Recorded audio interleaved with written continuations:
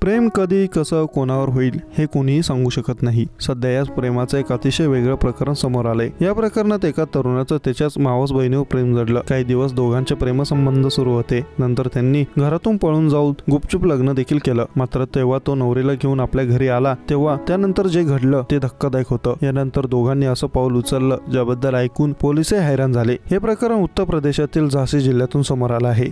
हे प्रकरण जौरा गावातील आहे। येथे राहणारा अन्नू हा तरुण त्याची मावस बहीण रागिनी हिच्या प्रेमात पडला। रागिनीलाही अन्नू आवडू लागला। दोघांमध्ये प्रेमसंबंध सुरू झाले आणि ते बरेच दिवस चालू राहिले। दोघांचं प्रेम हळूहळू वाढत गेलं। दोघेही एकमेकांच्या मनापासून प्रेमात पडले। भाऊ बहीण असल्याचं माहिती असून देखील दोघांनी एकत्र जगण्याची आणि मरण्याची शपथ घेतली। घरात राहून लग्न होऊ शकत नाही हे दोघांनाही माहित होतं। त्यामुळे दोघांनी घरातून पळून जाऊन लग्न करण्याचा बेत आखला। यानंतर अन्नू आणि रागिनीने घरातून पळून जाऊन लग्न करण्याचा निर्णय घेतला। दोघांनी मिळून घरातून पळून जाण्याचा बेत आखला आणि एके दिवशी दोघेही गपचूप घरातून पळून गेले। दोघेही जवळपास आठवडाभर घराबाहेर राहिले आणि गपचूप लग्न देखील केलं। लग्नानंतर दोघांनाही वाटलं की आता घरातील वातावरण चांगलं होईल म्हणून ते परत आले। पण भाऊ बहिणीच्या नात्याला तडा देणाऱ्या या जोडप्यावर दोन्ही कुटुंब कमालीची नाराज होते। लग्न आटोपून दोघेही घरी पोहोचले तेव्हा घरातील दृश्य पाहून त्यांना धक्काच बसला। दोन्ही कुटुंबियांनी हे नातं स्वीकारण्यास नकार दिला। एवढंच नाही तर मुलीच्या घरच्यांनी मुलाच्या घरी जाऊन वाद केला। त्यांच्या प्रेमाबद्दल बराच गदारोळ झाला आणि सर्वांनी हे पाहिलं। अखेर त्यांचं नातं मान्य न झाल्याने दोघांनी विषप्राशन करून भयंकर पाऊल उचललं। याची माहिती संपूर्ण गावात वाऱ्यासारखी पसरली। विषप्राशन केल्यानंतर दोघांची प्रकृती बिघडल्याने त्यांना रुग्णालयात दाखल करण्यात आलं। आता दोघांची प्रकृती धोक्याबाहेर असल्याचं सांगण्यात येत आहे।